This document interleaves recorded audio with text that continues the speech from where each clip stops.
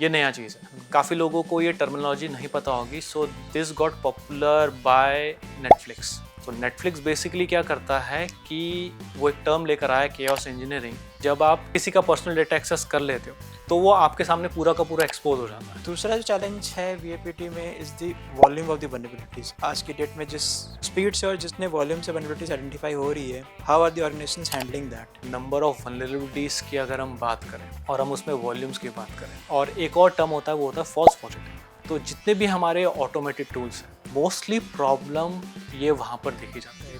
इस पूरे वीएपीटी के प्रोसेस में सोशल इंजीनियरिंग का कितना इंपॉर्टेंस है? सोशल इंजीनियरिंग अटैक्स आज की डेट में बहुत ज़्यादा कॉमन हो गए बिकॉज लोग अवेयर नहीं हैं सब चीज़ों को लेकर. बट इंडिया के अंदर अभी उतने स्ट्रिक्ट लॉज नहीं हैं, इस वजह से यहाँ पर चीज़ें बहुत ज़्यादा कॉमन हो जाती. अगर आपने सर्टिफिकेशन तो निकाल लिया किसी भी तरीके से, बट आपको उस डोमेन के ऊपर उतनी इन डेप्थ नॉलेज नहीं है जितना उस सर्टिफिकेशन को करने में, तो वो इंटरव्यू लेने वाले को 5-7 मिनट में पता चल जाएगा. देन हमने उस एंड पॉइंट को हिट करके देखा, उसमें वो क्रेडेंशियल एंटर करके देखे, तो हमारे पास पूरा का पूरा एक एडमिन पैनल का एक्सेस मिल गया था जहाँ पर उस ऑर्गेनाइजेशन के कस्टमर की सारी information. But why should a small organization also invest in VAPT?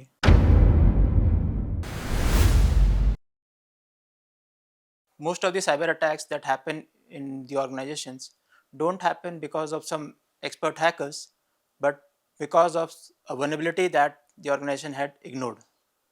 And this is where our guest comes into picture today. So he is an expert into the vulnerability assessment and penetration testing domain. He has spent a lot of time doing the VAPT exercise for different things like web applications, cloud, APIs and so on. So आज हम इनसे जानेंगे what exactly this domain is all about, how someone can make a career into this, and some of the common challenges that the people would be experiencing while working in this VAPT profile. So without wasting any time, let's welcome our guest for today, that is Niranjan Batola. Hi Niranjan. Hello Tejinder. Thank you for accepting the invite and finally giving your time for today. Oh, thank you so much. I hope you have a good time today. Now before हम deep dive करें बाकी topics में, we'll start with the basic thing that is your journey. Okay.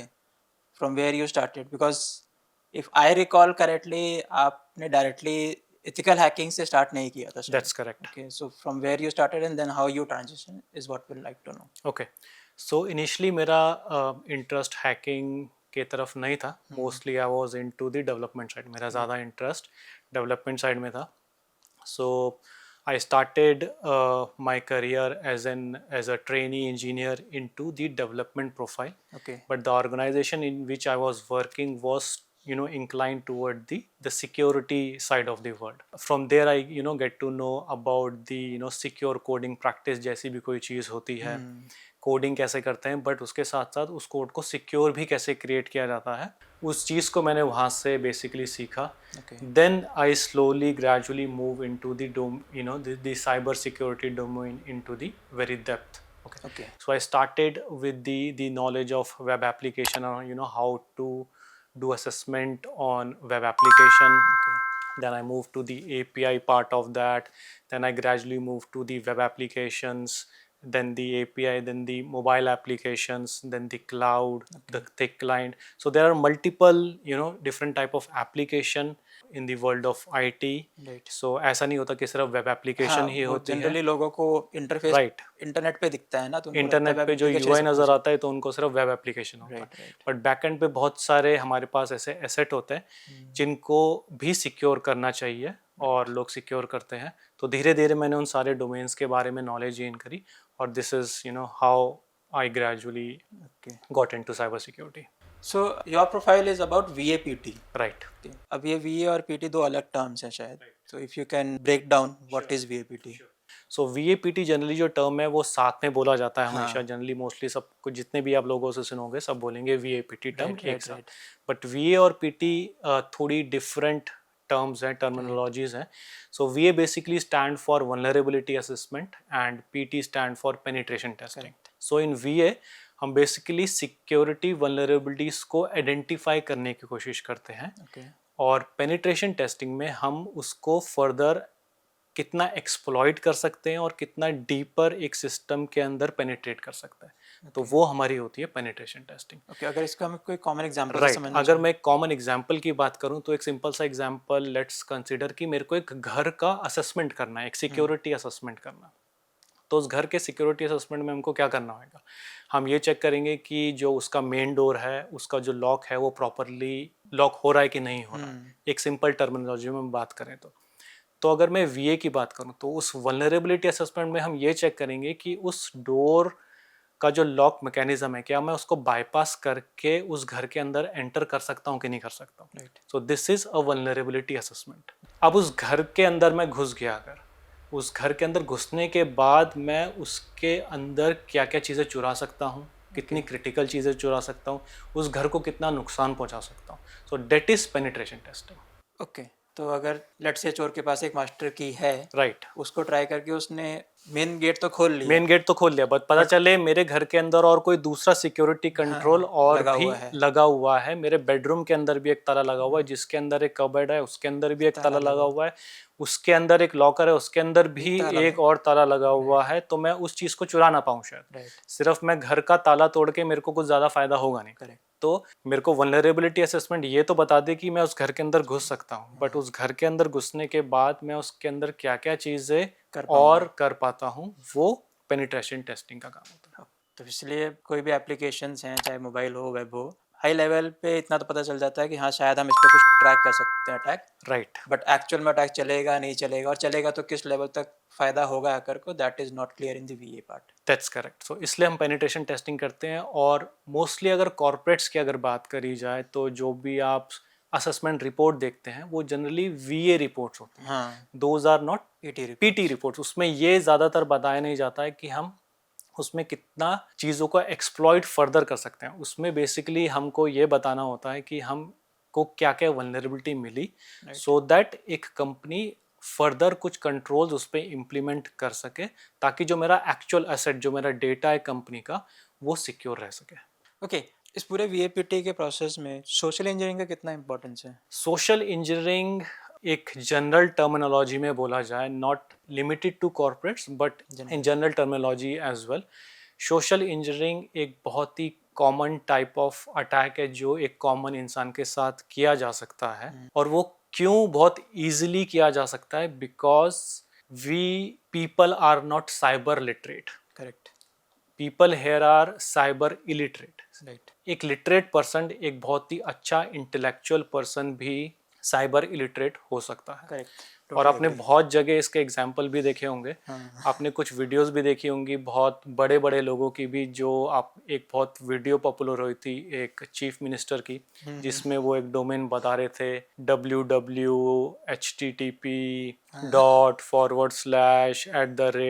तो उनको खुद भी नहीं पता था कि वो क्या चीज़ बता रहे हैं लोगों को बता रहे हैं। तो ज़रूरी नहीं कि आप एक पढ़े लिखे इंसान तो हो तब भी आप साइबर लिटरेट हो या ना हो। करेक्ट, अगर आपको इसका एक बहुत ही रियल टाइम पे इसको आपको फील करना है तो आप किसी भी एक टेलीकम्युनिकेशन कंपनी के जो स्टोर्स होते हैं, जो कोई भी आपको प्रॉब्लम हो तो आप उन स्टोर्स के अंदर आप जाते हो, जितने भी बड़े प्लेयर्स हैं मार्केट के अंदर, तो किसी भी उस स्टोर के अंदर चले जाओ।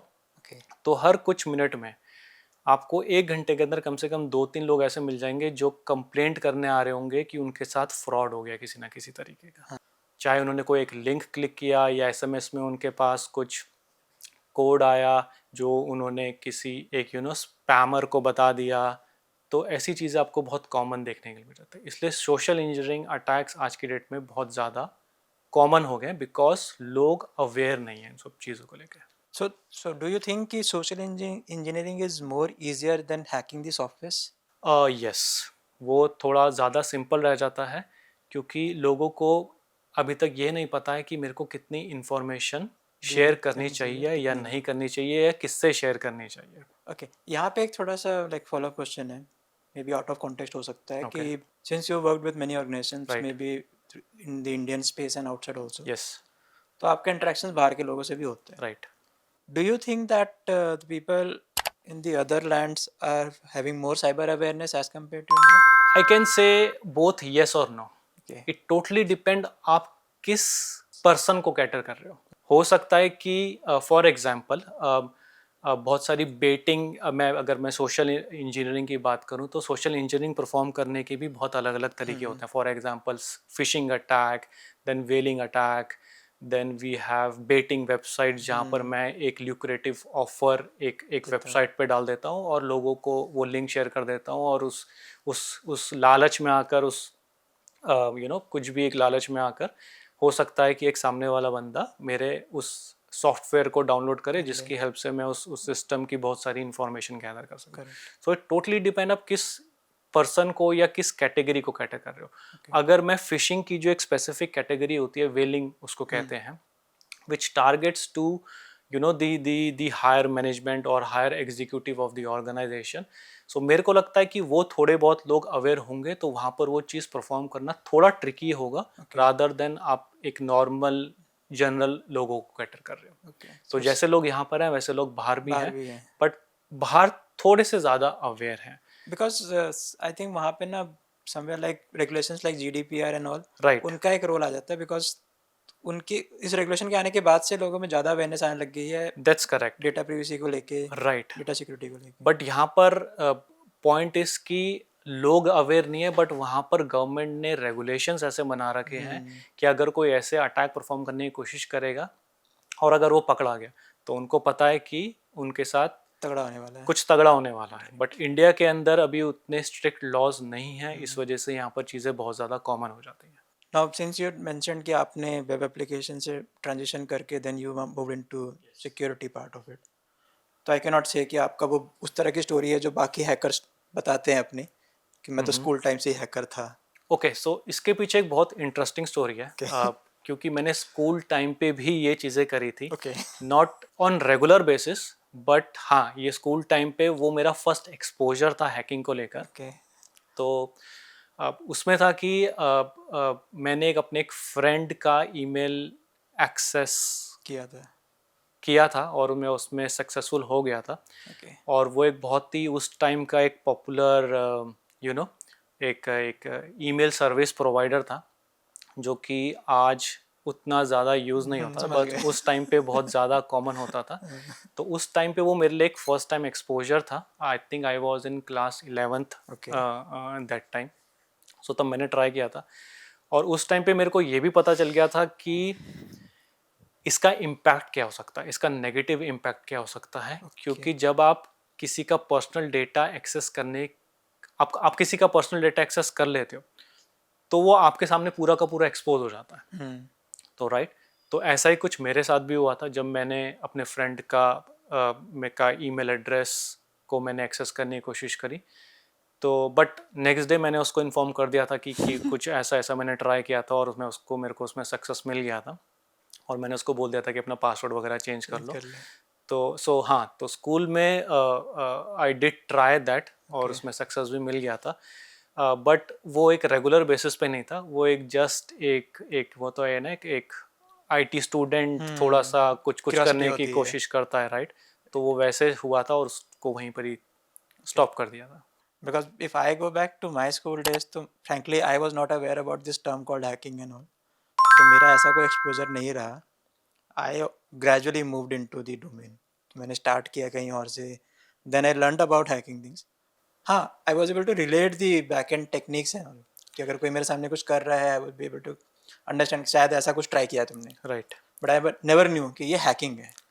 एक्चुअली उस टाइम पे प्रॉब्लम था क्या थी कि उस टाइम पे कोई ऐसा करिकुलम डिज़ाइन नहीं था, लोगों को उतना अवेयर नहीं करते थे कि लोगों को एक्चुअल में पता चल सके कि हैकिंग क्या होती है, cyber security as a field क्या होती है.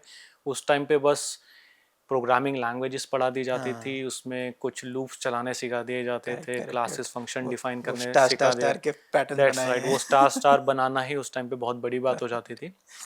तो ऐसा कोई हमको अवेयर नहीं करता था. बट उस टाइम से लेकर अब तक टेक्नोलॉजी बहुत ग्रेजुअली चेंज हुआ है. उस टाइम पे सब लोगों के पास मोबाइल डिवाइसेस भी नहीं हुआ करते थे. I think today everyone is surrounded by multiple devices which is connected through internet. So लोगों को थोड़ी अवेयरनेस ज़्यादा हो गई है. बट बैक दैट टाइम चीज़ों पे अटैक परफॉर्म करना, उनको हैक करना थोड़ा सिंपल था एज कम्पेयर टू टुडे. आज तो हम कोई भी एक खुद भी साइन इन करने की कोशिश करते हैं किसी भी प्लेटफॉर्म पे तो 10 जगह पहले OTP आ जाते हैं और बहुत सारे और भी सिक्योरिटी कंट्रोल्स होते हैं, बट बैक दैट टाइम ऐसी चीज़ें नहीं थी। Okay, so on that note, as a ethical hacker, how much difficult it has become to do the VAPT activities as compared to right, if you previous time? Compare from those times, तो उस time पे जो attacks होते थे, उस time पे जो vulnerabilities मिलती थी, वो अब टोटली चेंज हो गई हैं जो हमको आज मिल रहा है। बहुत सारे कॉमन अटैक्स, अगर आपके ऑडियंस उतना मेच्योर है, for example SQL injection. Right. SQL injection attack था जो पहले थोड़ा कॉमन अटैक था, हाँ, मिल जाता था, आराम से मिलता था। आराम से मिल जाता था। बट आज की अगर बात करें तो हमारे जो फ्रेमवर्क्स, हमारी जो प्रोग्रामिंग लैंग्वेजेस और उसके अंदर जो प्री डिफाइंड फ्रेमवर्क्स और इनबिल्ड लाइब्रेरीज हैं, वो खुद इतनी मेच्योर हो गई हैं कि उसको अगर ढंग से कॉन्फ़िगर किया जाए तो वो अटैक्स मिलने थोड़ा सा मुश्किल हो जाता है। ऐसे नहीं है कि मिलते नहीं है बिल्कुल भी, बट उनको ढूंढना थोड़ा सा मुश्किल हो गया है, क्योंकि बाय डिफ़ॉल्ट सेटिंग्स या मेरी वो पूरा का पूरा फ्रेमवर्क इतना मेच्योर हो गया है कि वो खुद ही उन चीज़ों को थोड़ा हैंडल कर लेता है, but if it is configured properly. Configured properly. That is the catch. I was coming to that only. कि ultimately security still lies on the hand of the person who is configuring it. Right, Even चाहे technology जितनी मर्जी advance हो जाए, frameworks बदल जाए, correct. But जो developer है, जो बना रहा है सब कुछ, उसकी अंडरस्टैंडिंग, उसकी नॉलेज फिर भी इम्पोर्टेंट है। Yes. Okay. So on that note, if someone wants to make a career into this domain, तो उसको कहाँ से स्टार्ट करना पड़ेगा and what would be the career progression? Okay, so अगर किसी को VAPT profile application security, specifically I am talking about the application security part, अगर किसी को एप्लीकेशन सिक्योरिटी के अंदर अपना करियर बनाना है, तो the basic thing which I feel is bit required, जो थोड़ी एक मैंडेटरी होती है, कि किसी भी एक प्रोग्रामिंग लैंग्वेज को सीख लो। Okay. उसके ऊपर मास्टरी करने की ज़रूरत नहीं है, बट आपको उस प्रोग्रामिंग लैंग्वेज की हेल्प से कुछ बेसिक कोड लिखने आने चाहिए। Okay. उसका कोड समझ आना चाहिए Okay. कि उसके अंदर क्या लिखा हुआ है, इतनी बेसिक नॉलेज आपको होनी चाहिए। आपको अगर एप्लीकेशन सिक्योरिटी के अंदर आना है तो आपको पता होना चाहिए कि एप्लीकेशन कैसे काम करती है, web application. Right. Application create होने का क्या प्रोसेस होता है, उसका डिप्लॉय होने का क्या प्रोसेस होता है। तो अगर आपने कोई एक प्रोग्रामिंग लैंग्वेज सीख ली तो उसकी हेल्प से कोशिश करो कि एक वेब एप्लीकेशन क्रिएट करने की कोशिश करो, चाहे वो PHP है, चाहे वो जावा है, चाहे वो .NET, आप कोई सी प्रोग्रामिंग लैंग्वेज सीख रहे हो। सो एक सर्वर साइड स्क्रिप्टिंग लैंग्वेज की मैं यहाँ पर बात कर रहा हूँ, अलग अलग टाइप की प्रोग्रामिंग लैंग्वेज होती है। तो कोई भी एक स्क्रिप्टिंग लैंग्वेज, एक सर्वर साइड स्क्रिप्टिंग लैंग्वेज के एक बेसिक नॉलेज लो, उसकी हेल्प से एक एप्लीकेशन बनाने की कोशिश करो सबसे पहले। Okay.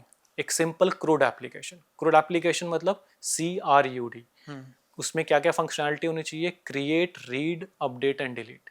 कम से कम इतनी एक फंक्शनैलिटी हो कि मैं उसकी हेल्प से डेटाबेस में एक रिकॉर्ड क्रिएट कर सकूं, डेटाबेस से रिकॉर्ड को रीड कर सकूं, अपडेट कर सकूं और डिलीट कर सकूं।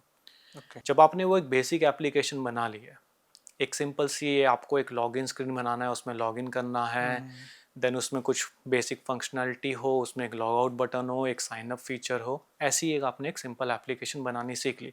अब उस एप्लीकेशन को डिप्लॉय करना सीखो Okay. कि वो एप्लीकेशन कैसे डिप्लॉय होती है। अगर आपने इतनी चीज़ें सीख ली तो आपके पास एक बेसिक अंडरस्टैंडिंग आ जाएगी कि एक एप्लीकेशन वर्क कैसे करती है, Okay. सेशन कैसे मैनेज होता है, लॉगिन में मेरे को एक ऑथेंटिकेटेड यूज़र और एक नॉन ऑथेंटिकेटेड यूज़र में डिफरेंस कहाँ पर होता है, Okay. जब मैं लॉग आउट करता हूँ तो सेशन कैसे एक्सपायर करता है। तो ये सारी चीज़ें करने से आपको एक ओवरव्यू मिल जाएगा कि एक पूरा एप्लीकेशन सर्वर पे कैसे काम करती है, कैसे डिप्लॉय होती है और उसकी पूरी फंक्शनैलिटी क्या है। इतनी चीज़ें जब आपने सीख ली हैं, उसके बाद अब आप कोशिश करो उसके अंदर वल्नरेबिलिटीज़ फाइंड आउट करने के लिए। अब वल्नरेबिलिटीज़ सीखने के लिए, जो कि हमारा मेन पार्ट है, जो हमारे VAPT का मेन पार्ट है, हमारे पास बहुत सारे इंटरनेट पे रिसोर्सेज अवेलेबल हैं जहाँ से हम ये सारी की सारी चीज़ें सीख सकते हैं। मगर आपको एक प्लेटफॉर्म जहाँ पर ये सारी चीज़ें सीखनी है तो आपको कहीं जाने की ज़रूरत नहीं है। आप पोर्ट स्विगर, एक टूल होता है बर्ब सूट, जिस कंपनी ने उसको बनाया वो है पोर्ट्सविगर। उस कंपनी ने उस टूल को बनाया जो कि मोस्ट ऑफ द VAPT जो भी लोग कर रहे हैं वो उस टूल को यूज़ करते हैं, सबने उसका नाम सुना ही होगा। उसकी लैब्स ओपन करो, उसके टॉपिक्स को ओपन करो, उसमें सारे के सारे स्टेप्स मेंशन कर रहे हैं कि आपको कौन सी वल्नरेबिलिटीज़ को किस तरीके से टेस्ट करना है, कैसे उसको एक्सप्लॉइट करना है फर्दर। तो अब वहाँ से सिर्फ आप एक वेबसाइट में आपको जाना है पोर्ट्सविगर की, वहाँ से उनकी आप लैब सॉल्व करो। उसके बाद जब आपको एक थोड़ा सा उन्होंने सारे टॉपिक सीरियल वाइज मेंशन कर रखे हैं और उसके कॉरस्पॉन्डिंगली उनकी लैब्स मेंशन कर रखी हैं। तो आपको वो चीज़ वहाँ से सीखनी है अगर आपको वो लैब्स करनी है, प्रैक्टिस करनी है। वही सारे सिनेरियोज आप अपनी एप्लीकेशन में भी क्रिएट कर सकते हो खुद से बनाकर। अगर आप प्रोग्रामिंग लैंग्वेज अच्छे से आपको आ गई है आपकी, आप उतना बेसिक चीज़ें बना सकते हो। अगर आप नहीं प्रोग्रामिंग लैंग्वेज सीखना चाहते तो आप डायरेक्टली पोर्ट्सविगर वाली वेबसाइट पे भी जाके अपनी लैब्स के अंदर उन सारी चीज़ों को परफॉर्म कर सकते हैं। But what I will prefer, या अगर मैं कोई स्टार्ट एक्चुअल में करना चाहता है, सीरियसली इस चीज़ को करना चाहता है, तो खुद से उन सिनेरियोज को क्रिएट करो, उनको अपनी ही एप्लीकेशन के अंदर एक्सप्लॉइट करो और फिर कोशिश करो या ट्राई करो उसका एक सिक्योर वर्जन क्रिएट करने की। Okay, got it. क्योंकि एक VAPT टेस्टर का काम सिर्फ इश्यूज को फाइंड आउट करना नहीं होता, उसको ये भी बताना होता है कि उस चीज़ को कैसे सिक्योर किया जा सके। मोस्टली ऑर्गेनाइजेशन में यही चैलेंज आता है कि कई बार VAPT वाला बंदा अपनी रिपोर्ट तो पब्लिश कर देता है, राइट, फिर डेवलपर वापस आते हैं, सर अब करना क्या है इस पे, क्योंकि उनको नहीं समझ में आ रहा है फिक्स कैसे होगा, because that developer did not learn about the secure coding practices. Correct.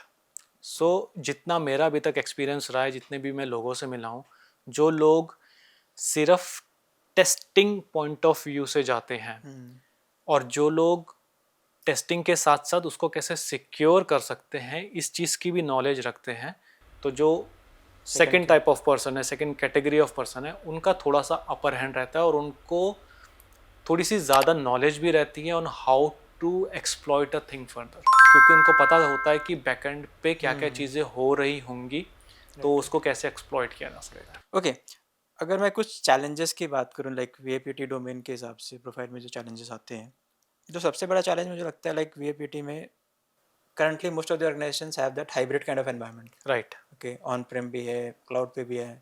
So what do you think, like VAPT perspective से is it easy to handle this kind of a hybrid environment या complications हैं इसमें? Okay, पहले सिर्फ अगर client server architecture की बात करूं तो पहले बहुत सिंपल होता था, राइट। मगर आज की डेट में बात करें तो हमारे पास इंटरमीडिएट सर्वर ही 5-6 होता है। कोई मेरा कैशे हैंडल कर रहा है, कोई मेरा बिजनेस लॉजिक हैंडल कर रहा है, कोई मेरा एक डेटाबेस हैंडल कर रहा है।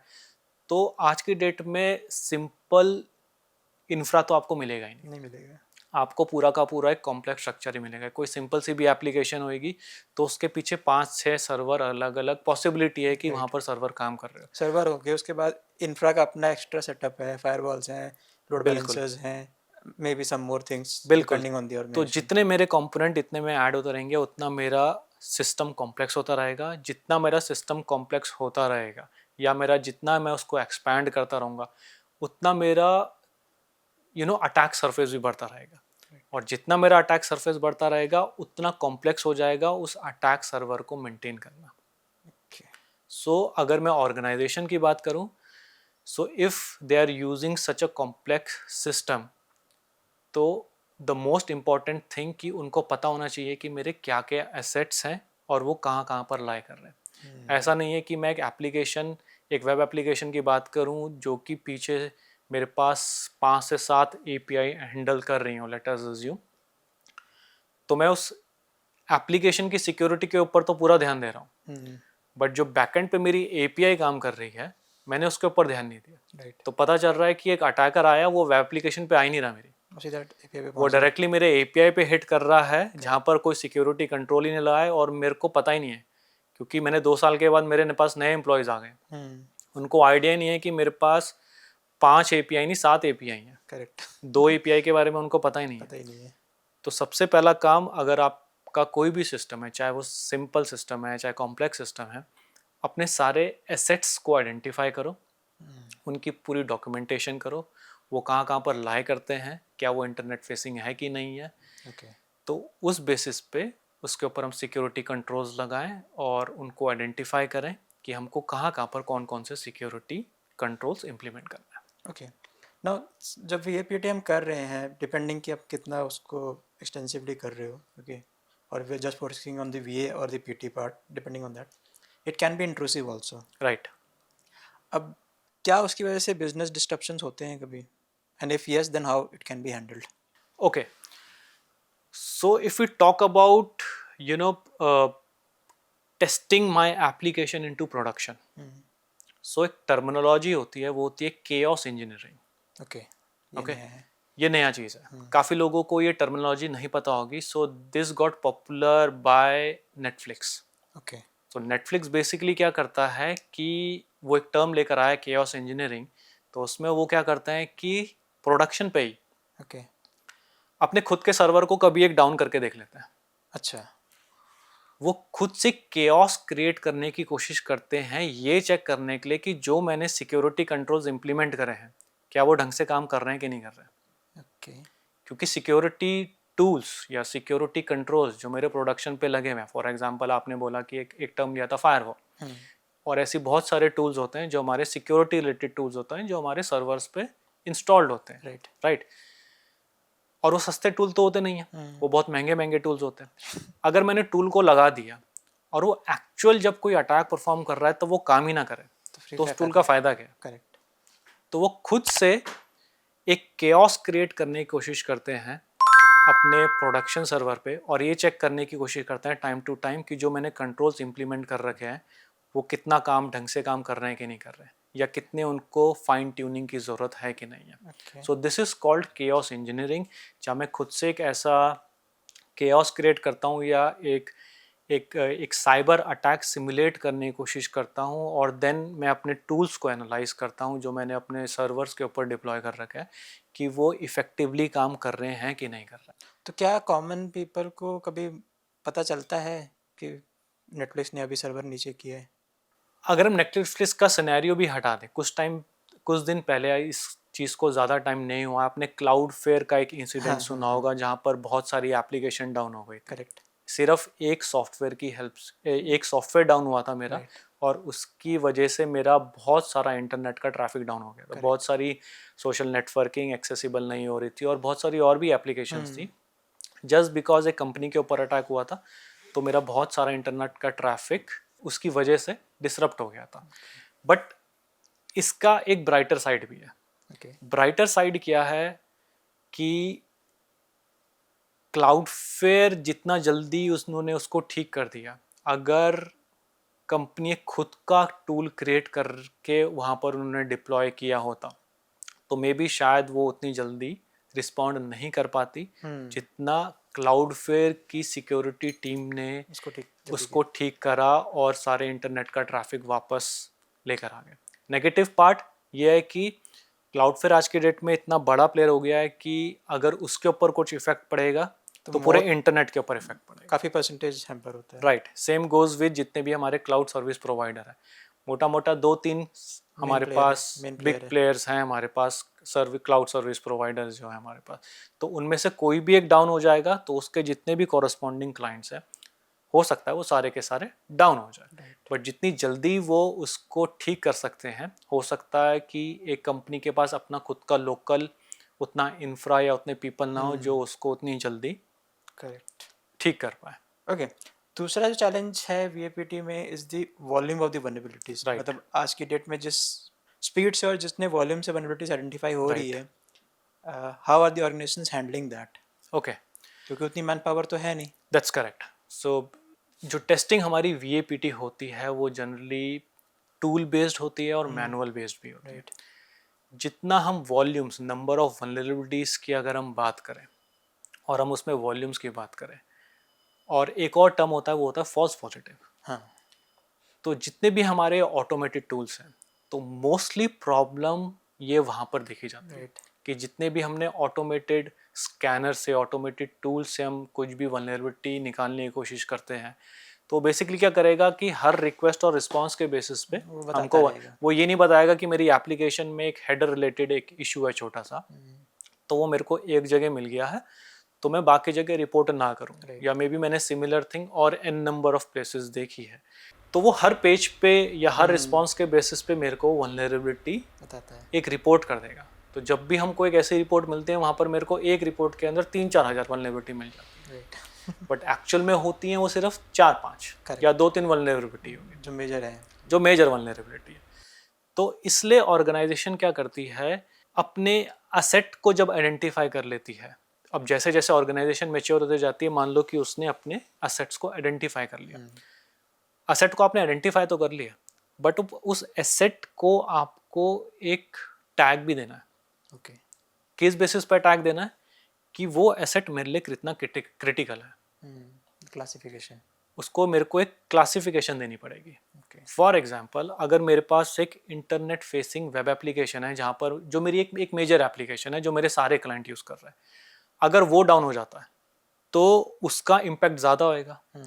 और एक दूसरी मेरी ऑर्गेनाइजेशन की एक एप्लीकेशन है जो सिर्फ मेरे एप्लीकेशन के कुछ 5-6 इंटरनल एम्प्लॉयज़ यूज़ करते हैं अपना कुछ एक फंक्शनैलिटी परफॉर्म करने के लिए, अगर वो आधे घंटे के लिए अगर डाउन हो जाती है तो उतना मेजर इम्पैक्ट उस एप्लीकेशन की वजह से नहीं पड़ेगा। तो सबसे पहले मेरे को असेट आइडेंटिफाई करना है, उसके बाद मेरे को अपने एसेट्स की टैगिंग करनी है, okay. ताकि जब मैं उन दोनों एप्लीकेशन का VAPT करूं तो मैं प्रायोरिटाइज कर पाऊं कि सबसे पहले मेरे को जो वल्नरेबिलिटीज मिली है वो कौन सी एप्लीकेशन की ठीक करनी है, तो उस बेसिस पे इस चीज़ को हैंडल किया जा सकता है। Now since you talked about like 2 steps, asset identification हो गया, asset tagging हो गया, तो सिमिलरली अगर मैं पूरा VAPT प्रोसेस की बात करूँ तो स्टेप बाय स्टेप क्या क्या स्टेप्स होंगे? ओके, अगर मैं सिर्फ VAPT प्रोसेस की बात करूँ तो सबसे पहले आइडेंटिफाई करना होता है कि मेरे को मेरे स्कोप के अंदर कितने एसेट्स हैं जो मेरे को टेस्ट करना है। ओके, क्या मेरे को नेटवर्क पार्ट भी टेस्ट करना है, ओके, क्या मेरे को जो सर्वर्स हैं वो भी टेस्ट करने हैं, जो मेरे पास एप्लीकेशन है क्या वो सिर्फ एक स्टैंड अलोन एप्लीकेशन है, क्या वो मेरे बैकएंड पे कोई API यूज़ कर रही है कि नहीं कर रही है, okay. क्या उसकी एक मोबाइल एप्लीकेशन है कि नहीं है, क्या उसकी एक इंस्टॉल्ड थिक क्लाइंट एप्लीकेशन है कि नहीं है। Okay. तो सबसे पहले VAPT स्टार्ट करने से पहले अपना स्कोप डिफाइन करना पड़ता है कि मेरे को क्या क्या चीज़ें टेस्ट करनी है। जब मेरे पास स्कोप मेरे पास डिफाइन होकर आ जाता है, उसके बाद मेरे को एक एप्लीकेशन का एक ओवरव्यू चाहिए होता है। Okay. ओवरव्यू क्यों ज़रूरी है, जब तक आप एप्लीकेशन को समझोगे नहीं तब तक आप उसके अंदर सारी तरीके की वल्नरेबिलिटीज फिगर आउट नहीं कर सकते। फॉर एग्जांपल, आजकल एक बहुत कॉमन वल्नरेबिलिटी है which is process bypass vulnerability. कोई भी एक आपने एक एप्लीकेशन बनाई है तो वो एक प्रोसेस फॉलो कर रही होगी, कुछ स्टेप्स फॉलो कर रही होगी। मान लो एक स्टेप है स्टेप 1, 2, 3 एंड 4, देन लास्ट में आप स्टेप 5 में पहुंचते हो। इसके बीच में मल्टीपल चेक्स हो रहा है। ऐसा तो नहीं कि मैं स्टेप 1 के बाद सीधा स्टेप 5 पे जंप कर रहा हूँ। तो ये चीज़ मेरे को कब पता चलेगी, जब मेरे को उस एप्लीकेशन के बारे में नॉलेज होगी, वो वर्कफ्लो पता होगा, वो वर्कफ्लो पता होगा। और वो मेरे को कहाँ से पता चलेगा, या तो मेरे को डेवलपमेंट टीम बताएगी मेरे को, या मेरे को QA टीम बताएगी। तो जब आप अपने एसेट्स को आइडेंटिफाई कर लेते हो फिर आप एक एप्लीकेशन का ओवरव्यू लेते हो। okay. वो जब आपको ओवरव्यू मिल जाता है फिर देन आप उसके ऊपर अटैक्स परफॉर्म करने की कोशिश करते हो। Okay. अटैक जब आप परफॉर्म कर लेते हो, आपको एक टाइम फ्रेम दिया जाता है कि आपको 10 दिन के अंदर, 15 दिन के अंदर, 20 दिन के अंदर उन सारे एसेट्स के ऊपर अटैक परफॉर्म करने पड़ते हैं। उसके बाद जब आपको जितने भी वल्नरेबिलिटीज वो फिगर आउट कर लेते हो, देन आप उसकी एक रिपोर्ट क्रिएट करते हो। वो रिपोर्ट आप जितने भी स्टेक होल्डर्स हैं उस एप्लीकेशन के, आप रिपोर्ट्स उन सबके साथ शेयर करते हो। अगर टीम को कोई डाउट होता है, जो कि मोस्टली होता ही है क्योंकि उनको लगता है कि मोस्ट ऑफ द केसेस में डेव टीम को लगता है कि ये तो इशू ही नहीं है। हाँ. ये एक बहुत बड़ा एक पेन पॉइंटर होता है, पासिंग द बॉल वाला चीज चलता है वहाँ राइट। पे। वो तो बोलते हैं कि ये तो वल्नरेबिलिटी नहीं है, ये आपने कैसे कर दिया, आओ प्रूफ करो पहले, है ना, आओ प्रूफ करो पहले। तो आपको एक रिपोर्ट उस तरीके से बनानी चाहिए या बनानी पड़ती है ताकि एक नॉन टेक्निकल पर्सन और एक ऐसा पर्सन जिसका सिक्योरिटी बैकग्राउंड नहीं है, हमेशा जब रिपोर्ट बनानी होती है तो ये दिमाग में ध्यान रखो कि आप एक रिपोर्ट उस बंदे को शेयर कर रहे हो जिसको सिक्योरिटी का कुछ भी नहीं पता है, बट स्टिल वो रिपोर्ट समझ जाए। स्टिल वो रिपोर्ट समझ जाए। ओके। तो आप रिपोर्ट शेयर करते हो, डेव टीम के साथ कनेक्ट करते हो, उनको कुछ रेमिडिएशंस बताते हो जो कि एक बहुत इंपॉर्टेंट स्टेप होता है। फिर वो टीम उन चीज़ों को पैच करने की कोशिश करती है और फिर वो हमारे पास वापस आती है एप्लीकेशन। तो ये टू एंड फ्रो चलता है, चीज़ें चलती रहती हैं जब तक हम एक मैच्योर लेवल पे नहीं पहुंच जाते। तो ये एक पूरा प्रोसेस होता है एक VAPT का। Now, without naming any organization which I've worked on in the past, can you share any example where जहाँ पे एक छोटा सा vulnerability था लेकिन it could lead to a big disruption? So there are many such example. For example, एक mobile applications था। वो एक कंपनी थी जो एक हॉस्पिटैलिटी डोमेन के ऊपर काम करती थी। तो उनकी एक मोबाइल एप्लीकेशन भी थी, वेब एप्लीकेशन थी, एक मोबाइल एप्लीकेशन, उसी की एक मोबाइल एप्लीकेशन थी। तो उस मोबाइल एप्लीकेशन को जब रिवर्स इंजीनियरिंग करके देखा गया तो पता चला कि उन्होंने अपने वो एक बैकएंड पे अपने एक एडमिन पोर्टल के साथ एक कनेक्शन एस्टैब्लिश करता था। और उस कनेक्शन एस्टैब्लिश करने के लिए उन्होंने उसके सीक्रेट्स वहाँ पर हार्ड कोड कर रखे थे। ओके। तो अगर आपको वो एप्लीकेशन मिल गई है जो कि एक एंड्रॉयड डिवाइस के लिए एक APK फाइल होती है या एक iOS के लिए कर लिया एक बार, राइट, तो iOS के लिए एक IP फाइल होती है, एंड्रॉयड के लिए APK फाइल होती है। तो आपको अगर वो फाइल मिल जाए जो कि ईजिली आपको मिल जाती है और आपने उसको रिवर्स इंजीनियरिंग करके जब देखा तो उसमें वो क्रेडेंशियल ऐसे ही हार्ड कोड हो रखे थे। तो देन हमने उस एंड पॉइंट को हिट करके देखा, उसमें वो क्रेडेंशियल एंटर करके देखे तो हमारे पास पूरा का पूरा एक एडमिन पैनल का एक्सेस मिल गया था जहाँ पर उस ऑर्गेनाइजेशन के कस्टमर की सारी इंफॉर्मेशन पड़ी हुई थी, सारी हेल्थ केयर वाली, उसके अलावा भी। ओके। ओके। ना आपने एक टर्म मेंशन किया reverse engineering, just for the listeners one line description क्या होता है एग्जैक्टली? कभी कोई भी हम एक कोई चीज़ बिल्ड करते हैं तो उसका एक प्रोसेस होता है, step 1, step 2, step 3, step 4। In simple term reverse engineering हम उसको वापस उल्टे में चला के देखते हैं और उसको ब्रेक डाउन करने की कोशिश करते हैं ताकि हमको पता चल सके कि उसमें क्या लॉजिक्स इम्प्लीमेंट हो रखे हैं, उसके अंदर क्या क्या चीज़ें हैं और उसकी हेल्प से क्या हम फर्दर कोई अटैक परफॉर्म कर सकते हैं कि नहीं कर सकते। I am able to go back to my workshop days जहाँ पे रिवर्स इंजीनियरिंग समझाते थे हम, and I would always take the example of the projector which I was using.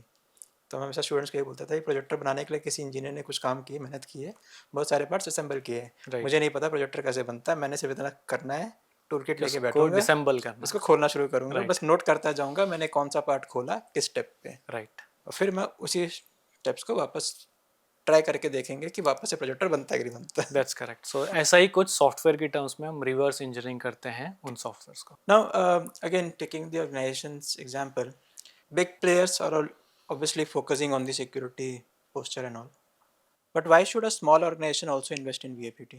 Okay, so especially startup, तो अगर मैं कोई भी एक छोटी ऑर्गेनाइजेशन की बात करूं तो वो किसी ना किसी कस्टमर को तो कैटर कर ही रही होगी, उसका कोई ना कोई तो क्लाइंट होगा ही, एक एंड यूज़र होगा जो उसके प्रोडक्ट को यूज़ कर रहा होगा।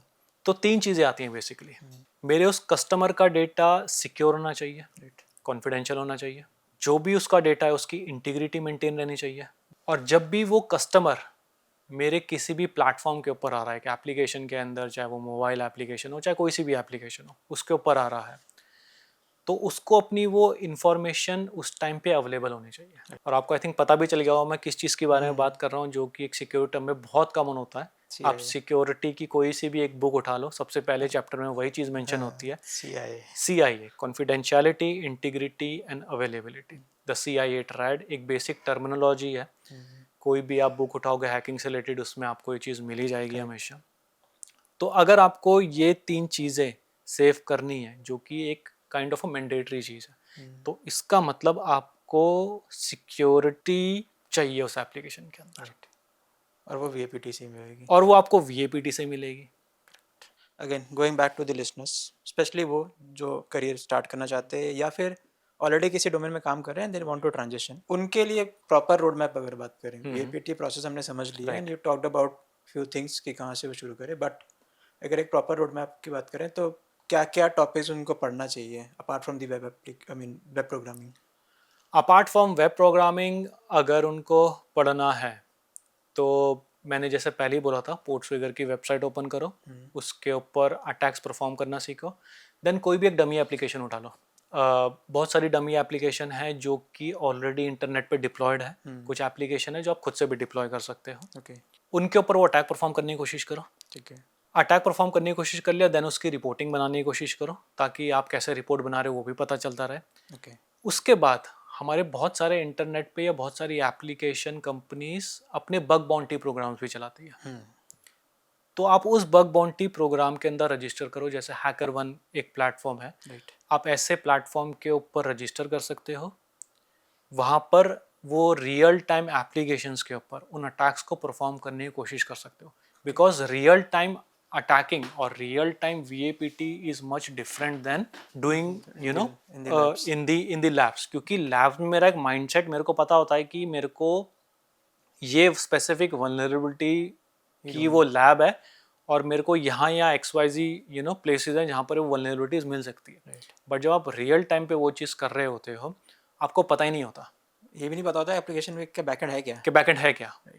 तो आपको ज़्यादा एक्सपोजर तब मिलेगा जब आप ऐसे रियल टाइम प्रोजेक्ट्स के ऊपर काम करने की कोशिश करोगे। And how much important are certifications when making this career. Certification से ज़्यादा इम्पॉर्टेंट आई बिलीव नॉलेज होती है। सर्टिफिकेशन आपको सिर्फ इतना हेल्प कर सकता है कि अगर आप कहीं इंटरव्यू देने जा रहे हो तो ये पॉसिबिलिटी हो सकती है कि 10 रिज्यूमे पड़े हैं और उनमें से सिर्फ आपने सर्टिफिकेशन कर रखी है, तो आपका रिज्यूमे थोड़ा सा ऊपर आ जाएगा। राइट, अगर आपने सर्टिफिकेशन तो निकाल लिया किसी भी तरीके से, जो कि लोग निकाल भी लेते हैं, उन सर्टिफिकेशन को निकालने के बहुत सारे तरीके होते हैं, बट आपको उस डोमेन के ऊपर उतनी इन डेप्थ नॉलेज नहीं है जितना उस सर्टिफिकेशन को करने में थी। तो वो इंटरव्यू लेने वाले को 5-7 मिनट में पता चल जाएगा। राइट, क्योंकि जब हम भी इंटरव्यू लेते हैं तो हमको पहले 10 मिनट में पता चल जाता है, पहले 10 मिनट में नहीं, पहले 5 मिनट में पता चल जाता है कि इस बंदे को कितनी नॉलेज होगी। Okay, since you talked about interview, so what is that one question which you always ask a VAPT candidate. The most, the common question I generally asked for everyone, वो ये क्वेश्चन रहता है कि अगर आपके पास कोई भी सिक्योरिटी टूल नहीं है, ओके, और आपके पास एक बेसिक वेब एप्लीकेशन है, तो विदाउट एनी टूल आप कौन कौन से असेसमेंट करने की उसके ऊपर कोशिश करोगे। Okay, I'll not talk about the answer because फिर तो सबको पता चल जाएगा। फिर तो सबको पता चल ही जाएगा। So let them figure out. Right. And still if they're having an issue, then they can reach out. Yes. Okay. Because the objective here is कि आपको टूल डिपेंडेंट नहीं रहना है। आपके अगर कॉन्सेप्ट क्लियर हैं, आपको पता है कि एक वेब एप्लीकेशन का कैसे आर्किटेक्चर रहता है, और आपके कॉन्सेप्ट क्लियर हैं, तो आपको पता होगा कि अगर मेरे पास कोई टूल का एक्सेस ना भी हो तो वो कौन कौन से अटैक है जो मैं परफॉर्म करने की कोशिश कर सकता हूँ। So on that note, what exactly separates a beginner from a professional pen tester? Okay, so this is a very interesting question कि एक बिगिनर पेन टेस्टर और एक प्रोफेशनल पेन टेस्टर में क्या डिफरेंस होता है। बिगिनर पेन टेस्टर अगर मैं बोलूँ तो सिर्फ पेन टेस्टिंग के पर्सपेक्टिव से एप्लीकेशन को ट्रीट करता है, बट एक मेच्योर पेन टेस्टर बिजनेस को दिमाग में ध्यान रख के पेन टेस्टिंग करता है। Let me give you an example. मैं इसके बारे में क्या कहना चाहता हूँ या मैं क्यों चीज़ कह रहा हूँ कि बिजनेस को दिमाग में ध्यान रख के। कंसिडर करता है एक रूम को, मैं आपको 2 रूम देता हूँ। एक रूम में एक NFC या RFID जो टैग होता है उसके थ्रू एंट्री हो जाती है। उस रूम में घुसते हो आप, एक अच्छी सा बेड, एक अच्छा सा विंडो है आपके पास, और एक बहुत ही प्लेजेंट सा अंदर एनवायरनमेंट है। ओके, और उसमें भी उस डोर के आगे कोई CCTV नहीं है। राइट, ठीक है। दूसरा रूम है, उसके अंदर एंटर करने के लिए 2 मोटे मोटे लॉक लगे हुए हैं, वो चारों तरफ से स्टील की मोटी परत से घिरा हुआ है। और उसके एंट्री करते टाइम आपको 4-5 CCTV भी लगे हुए हैं। राइट, और उसके अंदर कोई खिड़की भी नहीं है। तो ये 2 रूम है आपके पास। तो इस रूम में आपको कौन सा लगेगा, कौन सा एक होटल का रूम होना चाहिए और कौन सा एक बैंक के लॉकर का रूम होना चाहिए। इजी टू अंडरस्टैंड ना, कि जो एक सिंपल सा जिसमें मैं इजीली एंटर कर सकूं, दैट इज द होटल, एक RFID टैग की हेल्प से एंटर कर सकूं, इसमें एक अच्छी सी विंडो है मैं जहाँ से मेरे को बाहर का व्यू मिले, वो एक होटल का रूम होगा। और दूसरा जहाँ पर सिक्योरिटी मेरी एकदम से बहुत ज़्यादा टाइट है, तो वो एक बैंक का लॉकर का रूम हो सकता है। बट दोनों रूम्स के अंदर एंटर करते टाइम सिक्योरिटी तो है, राइट, तो ज़रूरी नहीं कि मेरे पास ज़्यादा नॉलेज है, मेरे पास ज़्यादा सिक्योरिटी है तो वो मेरे बिजनेस को जस्टिफाई कर रहा हूँ। अगर मैं वही रूम बोलूँ कि आपको मैं वो एक होटल का रूम दे देता हूँ, जो मेरे पास एक बैंक लॉकर का रूम था, कि मैंने बोली मेरी सिक्योरिटी तो बहुत टाइट है, यही रूम रहेगा होटल यही के रूम रहेगा क्योंकि इसमें सिक्योरिटी बहुत टाइट है, राइट, तो क्या उस रूम के अंदर कोई रहना पसंद करेगा? कोई नहीं, क्योंकि वो मेरे उस बिजनेस को जस्टिफाई नहीं कर रहा है। तो इसका मतलब ये नहीं कि आपके पास नॉलेज ज़्यादा है, आपको पता है कि इसमें क्या क्या सिक्योरिटी कंट्रोल लग सकते हैं, तो मैं वो सारे के सारे सिक्योरिटी कंट्रोल लगा दूँ उसके ऊपर। मेरा बिजनेस और सिक्योरिटी पैरेलल जाता है। And since you mentioned this, I mean I am able to recall जितने भी मेरे प्रीवियस पॉडकास्ट हुए हैं where I talked about different with the different technology aids and all, and I realise कि ये business understanding बहुत important है, right, and that is where the beginner and the senior role gets differentiated. Correct, beginner सिर्फ अपने साइलों में काम कर रहा होता है right, because they are doing their day to day activity, and then once you grow to a senior position you understand कि बिजनेस के पर्सपेक्टिव से मुझे चीज़ों को समझना जरूरी है, that's correct. And most of the career progressions happens on that phase only. जिन्होंने बिजनेस समझना शुरू कर दिया, they start evolving, their mindset change and they start growing in their career. Right, कुछ ऐसी मिस्टेक्स जो आप ऑब्जर्व करते हो as a beginner people are doing? जो बिगनर या इंटरमीडिएट लेवल के लोगों के से जो मिलता हूँ मैं या इंटरव्यू लेता हूँ, एक प्रॉब्लम जो मेरे को लगती है वो ये लगती है कि वो एक स्पेसिफिक टूल के ऊपर बहुत ज़्यादा डिपेंडेंट हो जाते हैं, या वो उस टेक्नोलॉजी को समझना ही नहीं चाहते हैं। राइट, कि उन्होंने एक टूल पकड़ा, उस टूल ने मेरे को 10 वल्नरेबिलिटीज़ बता दी, और मैं क्या कर रहा हूँ, मैं बस चेक कर रहा हूँ कि वो फॉल्स पॉजिटिव है कि नहीं है।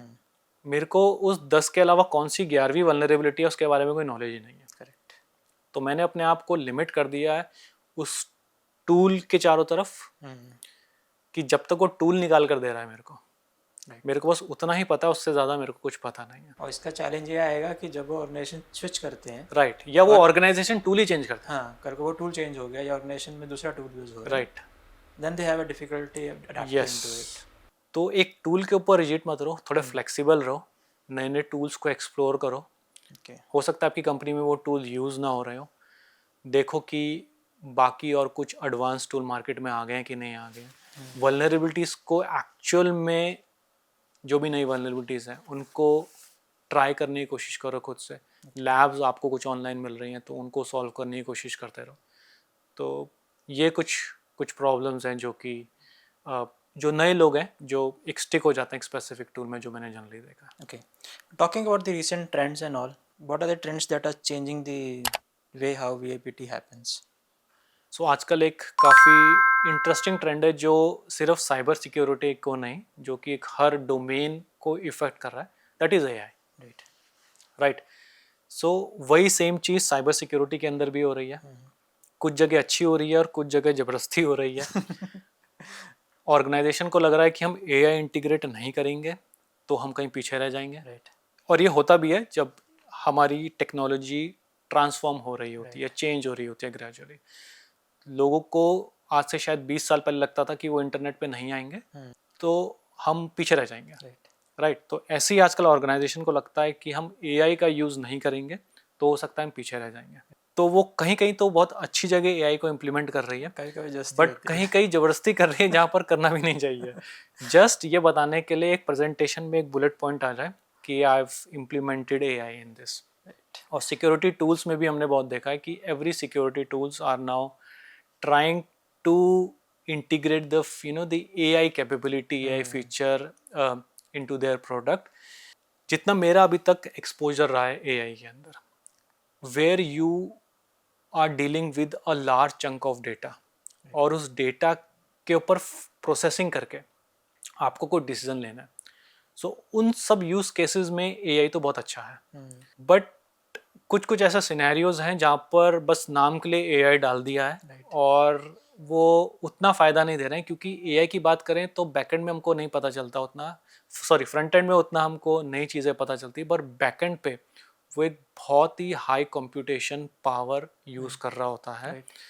अगर किसी ने, आपके किसी लिसनर ने या आपने कभी उसको खुद के अपने सिस्टम में डिप्लॉय करने की, कोई भी एआई मॉडल डिप्लॉय करने की कोशिश करी हो और उसका एक कॉमन रिजल्ट फेच करने की कोशिश करी हो, तो एक सिंपल रिजल्ट फेच होने में ही लाइक अगर आपका एक सिस्टम, एक नॉर्मल सिस्टम है, फॉर एग्जांपल आपका एक 32 GB का सिस्टम है या एक 16 GB का भी सिस्टम है, तो आपको एक सिंपल सा एक रिप्लाई मिलने में मे बी 5-10 मिनट से ज़्यादा का टाइम मिल जाता है।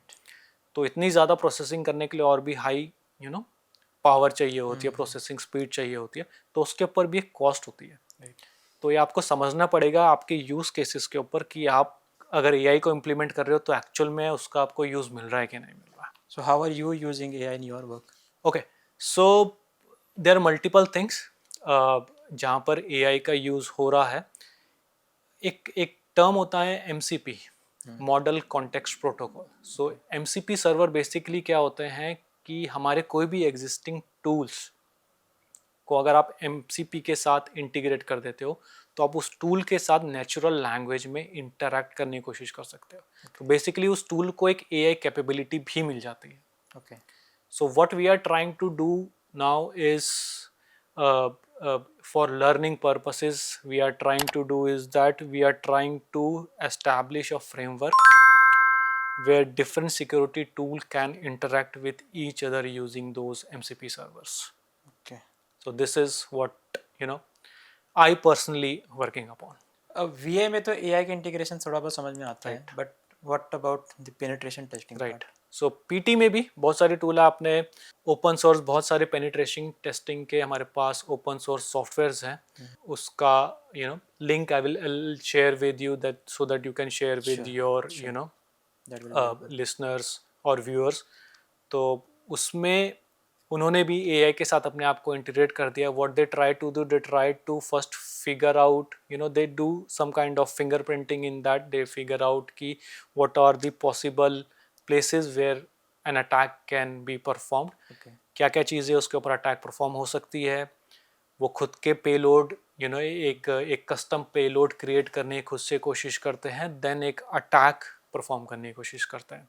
अगर आपने सुना होगा कि नहीं सुना होगा, कुछ टाइम पहले HackerOne पे जो टॉप पोजीशन पे एक हैकर था, वो एक ह्यूमन नहीं था, वो एक एआई एजेंट था।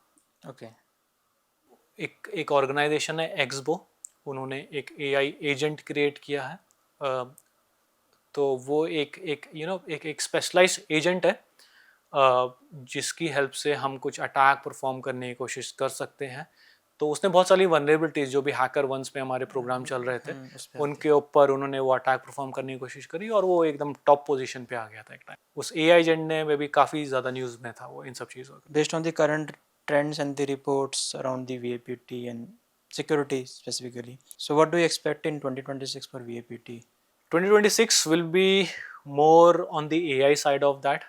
Team will try to integrate the AI specific tool into their the pipelines. Okay. And organization are also now creating AI based application. Okay. So इसमें फिर दो टर्मिनोलॉजीज आ जाती है, एक securing the AI and the second terminology is security for AI. Yeah. कि जो मेरे पास application है, एआई बेस्ड एप्लीकेशन है, उसको मैं कैसे सिक्योरली क्रिएट कर सकूं। दूसरी चीज़, मैं अपनी सिक्योरिटी के अंदर एआई को कैसे इंटीग्रेट कर सकूं। सो इन वीएपीटी फ्रंट इन 2026 मोस्टली आप यही चीज़ देखोगे। सेकेंडली चीज़ जो मेरे को लगता है कि in most of the organisation, so rather than writing a code by themselves, what developer are using, they are integrating multiple libraries from multiple places. Correct. तो उनका खुद का लिखा हुआ कोड तो कम है, AI का ज़्यादा है। एआई का भी नहीं, जो दूसरी कंपनीज के जो प्रोडक्ट इंटीग्रेट कर रहे हैं अपने खुद के एग्जिस्टिंग प्रोडक्ट के साथ, वो बहुत ज़्यादा हो गए। फॉर एग्जाम्पल, अगर आज की डेट में मेरे को लॉगिन करना है तो आपको login through Google, login through Facebook, login through Twitter, ऐसी चीज़ें मिल जाएंगी। ये एक तो एक फ्रंट रिव्यू है।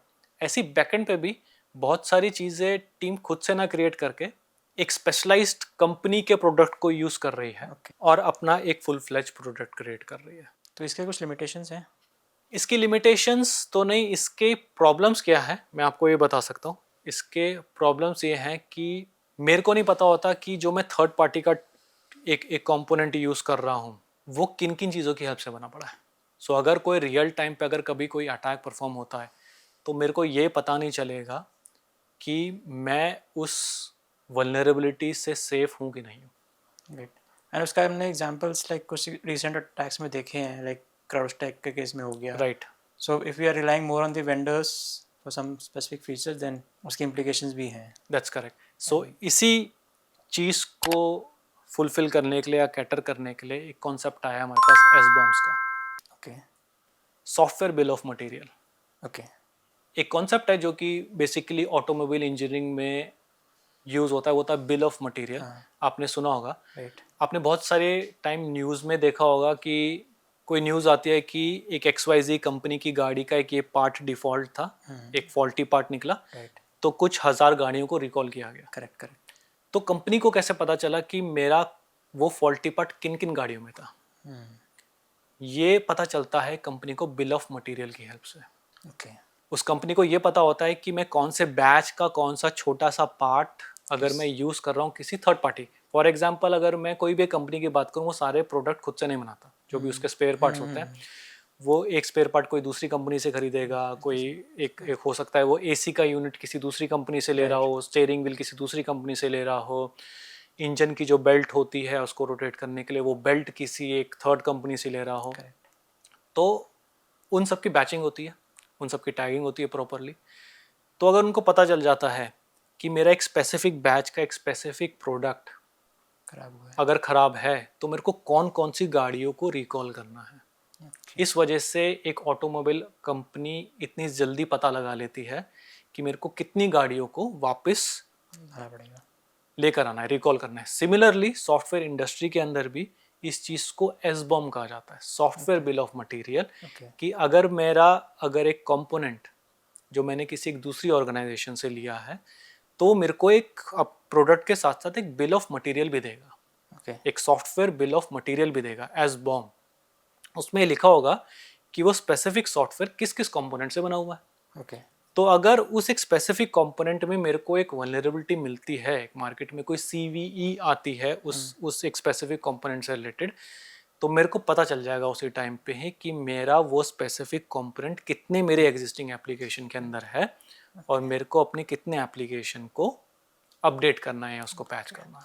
And I think based on my experience what I have seen कि बहुत सारे जो स्टार्टअप कंपनीज है या मिड लेवल कंपनीज है वो इस चीज़ पे फोकस नहीं करती actually, asset identification and maintaining that correct materials and all. इसलिए जब कुछ प्रॉब्लम आती है they are running here and there to identify कि क्या है and how to resolve it. Yes. So if they start focusing on the asset identification and asset management properly, things will be smoother for them. Right. और बाहर की countries ने इस SBOM document को mandatory बना दिया कि अगर वो ऑर्गेनाइजेशन कोई एक थर्ड पार्टी वेंडर से कोई प्रोडक्ट ले रही है तो सॉफ्टवेयर के साथ साथ आपको उसको SBOM देना मैंडेटरी है. अगर वो आपके पास SBOM क्रिएटेड नहीं है तो वो प्रोडक्ट आपसे नहीं खरीदा जाएगा. Okay. There was one more term in the VAPT thing, what is prompt injection.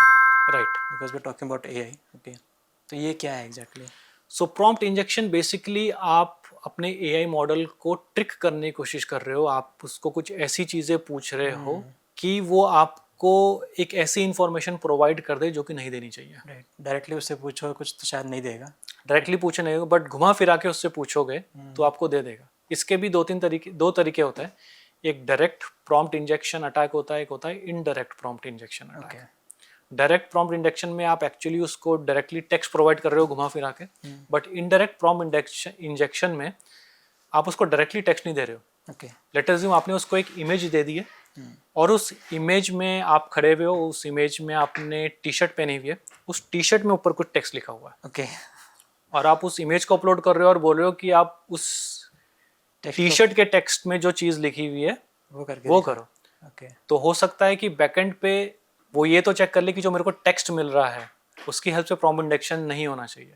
But उसमें ये लॉजिक ना इम्प्लीमेंट हो कि जो वो इमेज अपलोड हुई है उसमें जो टी-शर्ट पहनी गई है उसमें जो टेक्स्ट मेरे को रीड करना है वो भी एग्जीक्यूट नहीं करना है. वो भी एग्जीक्यूट नहीं करना. तो ये प्रॉम्प्ट इंजीनियरिंग हो रही है. That's interesting. I mean so that is what a ethical hacker is all about. I mean hacking is all about how differently you can think about situations. That's correct. And exploiting that situation. So आप 2026 की जो आप बात कर रहे थे, so if you know organization want to get ready for 2026 or what new they want to implement, so what I can say at an individual level, AI से डरो मत, आज नहीं तो कल आपको एआई यूज़ करना ही होगा। राइट। तो एआई के बारे में चीज़ें सीखो, क्या चीज़ें होती हैं, एआई आपके लिए कितना यूज़फुल हो सकता है। राइट। सिर्फ टेस्टिंग पर्पस के लिए नहीं, एआई हमारे और भी बहुत सारे डेली जो टास्क होते हैं, रिपोर्टिंग टास्क होते हैं, स्कोप डिफाइनिंग टास्क होते हैं, उसको भी बहुत ज़्यादा इजी कर देता है। Okay. सिर्फ टेस्टिंग के लिए ही यूज़ नहीं होता है, इनडायरेक्टली भी हम एआई को अपने जो कंप्लीट प्रोसेस जो होता है उसमें यूज़ कर सकते हैं। Testing is just one part. Right. मेरे को रिपोर्ट जनरेशन में भी वो यूज़ कर मेरे को जो हेल्प कर रिपोर्ट सकता बनाने है। में 2 दिन लग रही है, मेरा 2 घंटे में काम हो रहा है, तो अच्छा है। राइट, तो वहाँ पर भी यूज़ कर सकते हैं। तो एआई को सीखो, एआई से डरो मत, उसको सीखो।